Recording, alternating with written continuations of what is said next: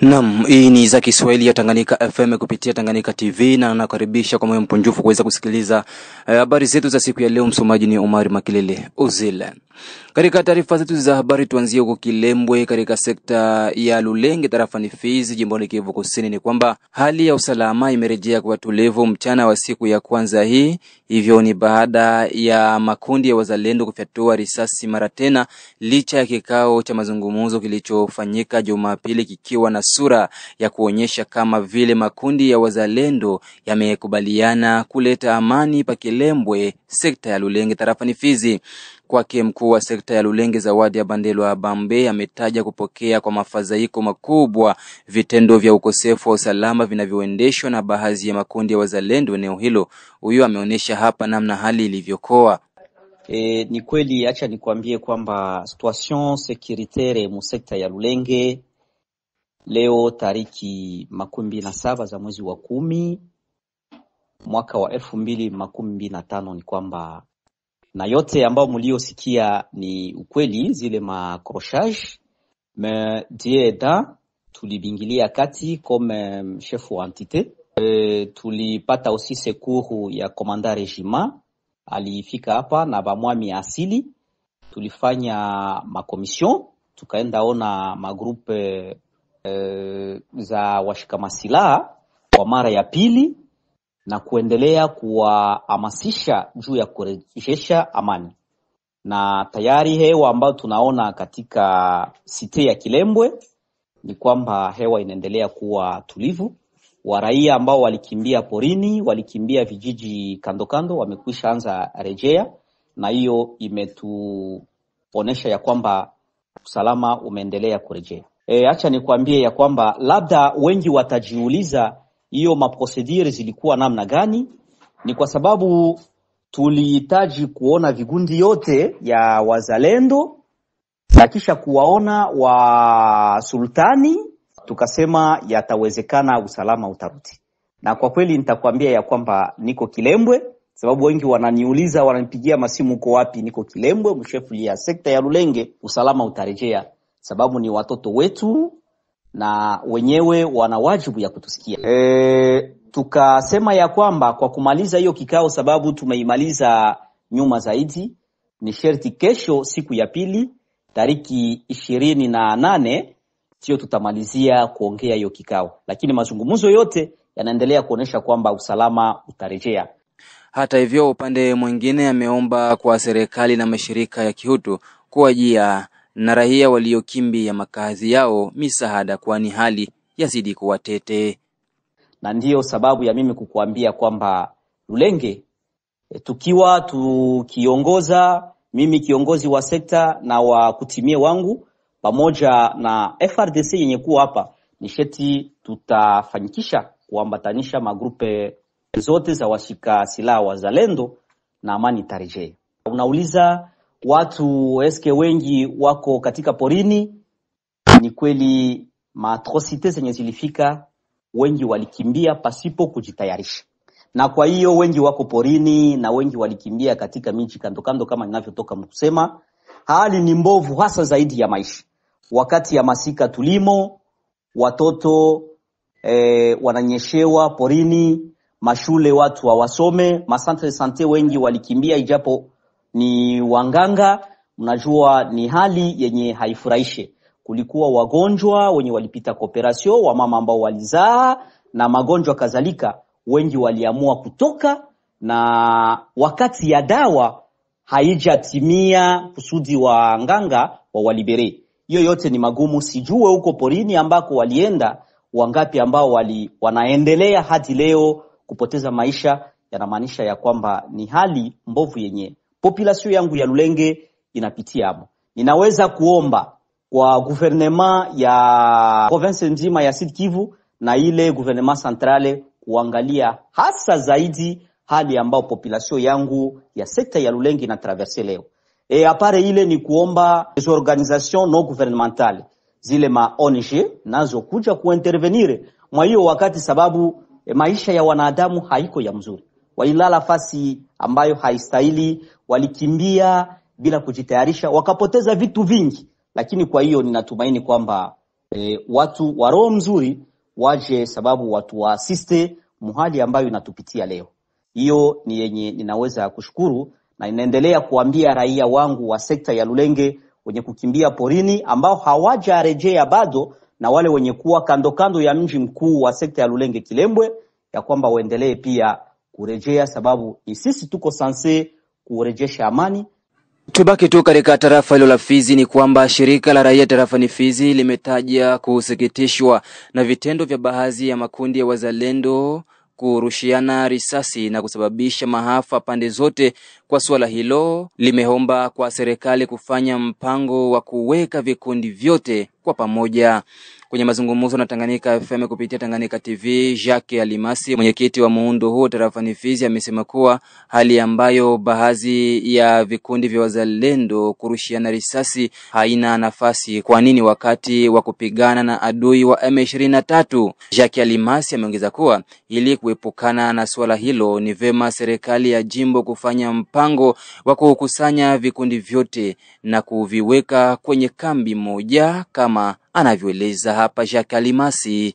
Tumekwenda kuhuzunishwa na vitendo ambavyo vinaendelea kuripotiwa hapa na pale katika tarafa la Fizi, na vitendo hivyo vinaendelewa kutekelezwa na makundi ambayo yanashikilia silaha, ambayo hayapatani wao kwa wao, hawapatani na wanajeshi wa FRDC, na kwa ngambo nyingine vipatani hata na raia, kwa sababu raia inaendelea kulalama, wananyanyaswa na vingine vyote. Imetutuma tuendelee kuambia wakuu wa tarafa la Fizi na wale wa jimbo letu la Kivu ya Kusini ili wakamate mikakati yote ile iwezekanavyo ili amani irejee katika tarafa la Fizi. Utakwenda kujua tangu juzi kumekwenda kuripotiwa milio ya risasi ambayo imekwenda kusikika katika kijiji cha Misisi. Hiyo purukushani ambayo imekwenda kuonekana huko imeletwa na wanamgambo wa vikundi tofauti tofauti ambao wanashikilia silaha, na hata tumekwenda kuona watu ngambo zote wamekwenda kupoteza maisha na wengine wamekwenda kupata majeruhi makali. Hivyo katika sekta ya Lulenge Kilembwe kumetoka purukushani kati ya vikundi viwili ambavyo vinashikilia silaha, na imekwenda kufanya hadi raia waihame makazi yao na makao yao, na imekwenda kufanya hivyo watu wapate majeraha. Hivyo ni vinyume ambavyo vimetuma shirika la raia la tarafa la Fizi likamate uamuzi wa kuambia wakuu viongozi wa serikali kuwa wakamate mikakati yote ile ili amani irejeshwe katika tarafa la Fizi. Kwanza kuangalia nini wanaweza wakafanya, vile vikundi vyote ambavyo vinashikilia silaha viwekwe pamoja na viwe na msimamizi mmoja. Hiyo tumesisitiza kwa wakuu viongozi wa serikali kwa ajili ya kutafuta amani na kuwepo kwa pamoja kwa vikundi vyote ambavyo vinashikilia silaha.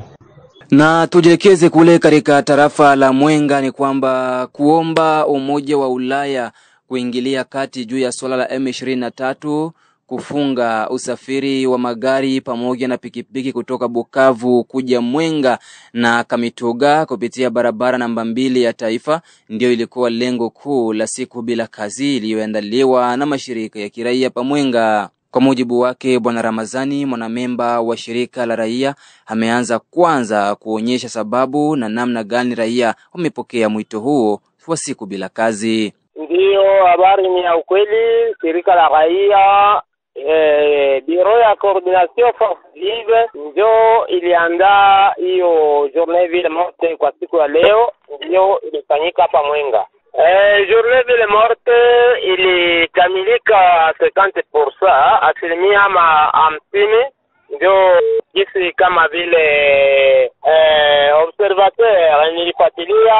Ndio journée ville morte ililenga hiyo kufungiwa ya barabara ya taifa nambari 2 na au M23 APS ambao tangu tarehe 8 mwezi ya 10/2025 walifunga barabara kusema kama hata kitu kimoja kisiwasili Mwenga, gari, pikipiki, biashara, hata na wakaaji ambao wanasafiri wakifike Mwenga. Hiyo ndio ilikuwa shida. Upande wenu mnawaza hiyo action citoyenne mmefanya inaweza kweli kupata suluhisho kwa ajili ya hilo tatizo?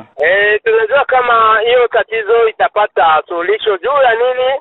Tunajua kama sheria za kimataifa zinakuwa juu ya watu wote, na ombi yetu au hiyo reclamation yetu hatukuiadresse ku niveau national au ku niveau ya M23, tuliadresse ku niveau ya Conseil ya Nations Unies. Juu ilikuwa kudenoncer, tulikuwa tunzo na denoncer hali ambayo M23 ina viole haki ya binadamu kupitilia hiyo kufunga njia watu wasifikirie kwa mahitaji ya dharura ya bali. Hata hivyo, Bwana Ramazani ameongeza kuwa kwa sasa kufungwa kwa barabara hiyo namba 2 ya taifa kunakuwa na vinyume vingi hasa kwa upande wa raia. Asante sana. Kufungiwa kwa barabara ya taifa nambari 2 inaathiri sana wakaaji. Kwanza sehemu ya teritori ya Walungu, inaathiri pia teritori ya Mwenga, hasa sheferi ya Basile, sheferi ya Ulindi na Wamuzimo, na pia inaathiri sehemu ya teritori ya Chabunda. Tungependelea kufikiria kuvifaa ya sabuni, chumvi, yote ya mwanzo ya maisha, ile yote yanayohitajika kwa ajili ya maisha, tuka inafungiwa njia. Atuka ni shida sana. Mabadiliko ni sana, vitu haipatikani kwa urahisi, vitu inapanda bei, atuka shida kubwa sana kwa ajili ya wakaaji. Sijui niseme nini hapo. Shida sana. Hapo unga muhindi ambayo ilikuwa ikiuza 35,000 francs kwa leo inakuwa 18,75. Sabuni ambayo tulikuwa tukiuza kwa 1000 francs inakuwa 1500. Samaki ya hiyo inatoka katika Ocean Indian Pacific, haipatikani kwa urahisi. Hata sijui niseme nini baba, vitu yote iko chini sana, inapanda yulu sana.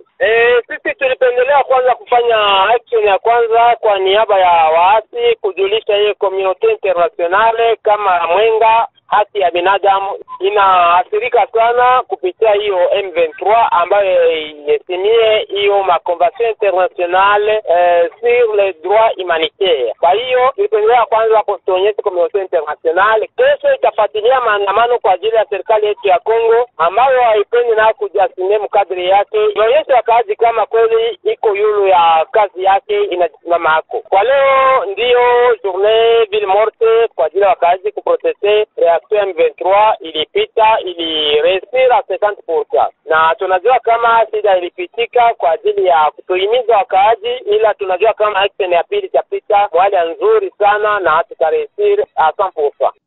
Tubaki tu katika tarafa la Mwenga ni kwamba zaidi ya nyumba 400 zimeteketea kwa moto, duka na vitu vingi vya samani pia kuteketea. Hayo ndiyo matokeo kwa muda ya moto wa generator iliyoripuka ghafla katika senta ya Napale Palugushwa mchana wa siku ya kwanza ya wiki tunayo. Udhibitisho ni wake Safari ya Bina Mwisho Tandilonge, mratibu wa shirika la raia MSCO Palugushwa, ambaye ametoa maelezo juu ya janga hilo. Antuka kwa shida kubwa sana, tunapata shida kubwa sana ya population en general ya Lugushwa Mapale centre yote imelungula. Bado nyumba kuwa na idadi, lakini nyumba zinalungula zaidi ya nyumba 500. Hata hospitali yetu ya reference ya leta nayo imelungula yote. Kwa ile shida sana, tunasi wa depute ama serikali yetu ya Kongo antuka itusaidie kabisa, na isaidie hawa watu ambao wanakuwa warugaruga kwa leo na msaada fulani wa kubasaidia. Antuka msaada ni lazima sana, sirtu wa kujenga hata hospitali yetu, sababu ni hospitali moja tunakwaka nao Lugushwa Mapale. Na kuishi bila ile hospitali ni shida sana ya population ya Lugushwa. Tunasihi sana gouvernement yetu ya territoire ya province national kwa msaada, kwa kusaidia hii population na kusaidia zaidi hospitali yetu. Tunasihi kabisa, na tunatumaini ingawa gouvernement itatusikia kwa kutoa msaada. Population ya Lugushwa Mapale inapata shida kubwa sana zaidi kwa kulunguziwa na hizi nyumba. Nyumba zililungula bila kutoa hata kitu moja, ilikuwa moto moja ya maajabu sana.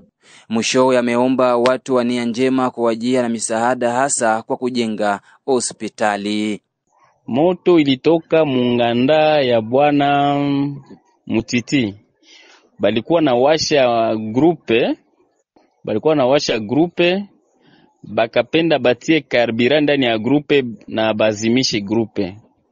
Ni pale motere kawaka, motere mkuu wake kachoma nyumba ya bwana Mutiti, nikavuka nyumba ya pili. Unaona nyumba majengeo yote iko pale vile ni nyumba za mbao. Ikakamata nyumba ya pili, ikafikia ukamata nyumba yote centre commercial. Batu bakakuwa banaanza hangaikia gisi ya kudefendre kwanza mbele bitu zenye ziko mu maduka. Junjo centre commercial lote na Lungula, mkuanza defendre bitu zenye ziko mu maduka. Na njo population nayo ya Lugushwa, antuka jeunesse ya Lugushwa ni bamwizi sana. Bakaanza iba bitu kwanza mbele ya kuyanani ya kudefendre kuzimisha moto. Bakafikia kwanza iba kwa mbele bitu. Kumaliza pie bitu ya batu, ndipo pale bakaanza pata sasa wazo ya kwanza zimisha moto, wala moto isa tawala sana. Inaanza kimbiza batu hata ku 500 metre. Kifukutu ya moto inaanza kimbiza batu ku 500 metre. Na ni pale nyumba zote zilifikia Mkulungula, bwana journalist. Ni kwa ile antuka Lugusha yote ni huruma kabisa, ni huruma sana kabisa. Ni huruma sana. Omosikio sione zaidi ya nyumba 500 njoo ile na Lungula Lugusha. Zaidi ya nyumba 500, wale wakaaji wote wa zile nyumba antuka ni wahanga sai. Ni wahanga, hawana makao ya kukala. Hata hospitali kuu yetu hapa Lugushwa mapale ilifikia Kulungula katakata kwa saa hii hatuna hospitali Mlugushwa mapale. Ndipo pale tunakazia sana kulomba msaada kwa serikali yetu ya Kongo, serikali ya jimbo, serikali ya niveau nationale. Tunaomba msaada sana, watufanzie nguvu sana zaidi mbele ya msaada yeyote kufika ya kusaidia raia. Hospitali pate kabisa, hospitali itatusaidia sana kwa wananchi wa Lugushwa. Na kule katika jiji la Uvira ni kwamba vuguvugu machozi ya raia mjini Uvira limeonesha mafadhaiko yake kutokana na uzembe unaofanywa katika kazi za ukarabataji wa barabara namba 5 na taifa kuanzia Kamvira mpaka Kalundu. Akizungumza na Tanganyika FM kupitia Tanganyika TV, Dunia Hamisi, mratibu wa vuguvugu machozi ya raia mjini Jamhuri ya Kidemokrasia ya Kongo, amesema kuwa uzembe mwingi unasababishwa na serikali kuu ya Kinshasa ambayo haipendi kufuatilia namna kazi zinavyoendelea. Iko vile kabisa. Kwanza sie kitu tunalaumu kabisa, ile kazi zinaenda polepole sana.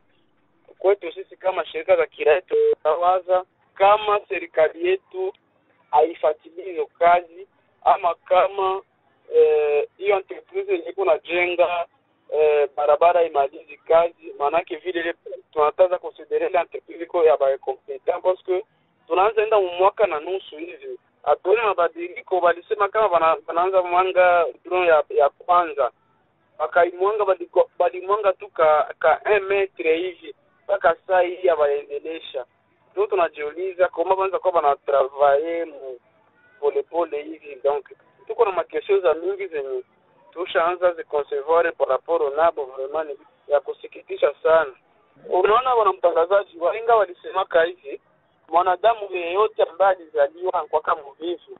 Donc jinsi wewe uko pale mtangazaji, kama au kujifuatilia wewe peke, ama kama hakuna mtu atakufanyia shiji, utakuwa tu mzembe mkazi yako. Si kwa tunaona kama ile entreprise si haina kosa yake, kosa ni ya serikali. Kosa ni ya serikali, haifuatilii, hakuna shiji balifanyaka baliza katia ekipe ya shiji ya matravaux ya route nationale numero 5.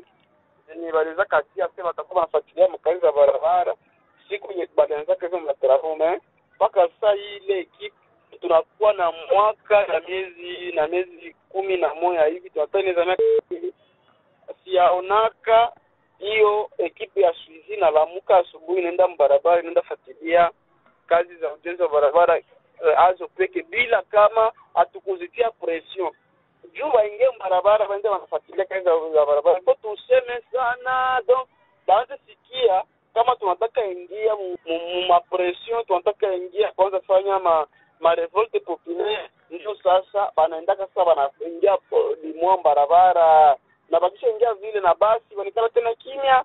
Donc leo si wanakuwa kwa tusie tunaona kama kuko sabotage kupare yetu, tunaona gouvernement alikuwa anafuatilia ma projet. Mwishowe, Dunia Hamisi ameomba kwa serikali ya Kinshasa kufuatilia vema kazi hizo, kwani sura inaonyesha kuwa kazi hizo huenda zikadumu muda mrefu kutokana na uzembe wa serikali. Tuko tunaona saa hii mwaka na mwaka ya kufuata itaishaka na bafikaka hata ku barabara ya mwani donc unajua kurutu mwani ukisha unatoka ku monument sio kidogo mbele rutu mwani. Tuko na ile imani wakiendelea hivyo tutafanya beza abafikaka kurutu mwani. Basi ya kwanza ndio kuona pole pole, ya pili beko wanaenda wanarukia maetapu za kujenga. Unakuta bangali wanatia kama sijui materno hizo wanazitaka wangali wanaanza kutia mifereji bale wanaruka banakuwa deja kuvya kwanza tia magutro wale wanaruka tena banakuwa kuanza kutia kama bilalo baka kujui ojite beko wanaenda kutoka etape gani ya barabara kisha wanaenda mu etape gani jabo vieleweki wanakomprendre wa mtangazaji na ile tunaona iko kosa yao ni kosa ya gouvernement yetu yenye haiko inabafanyia nchi wana mtangazaji.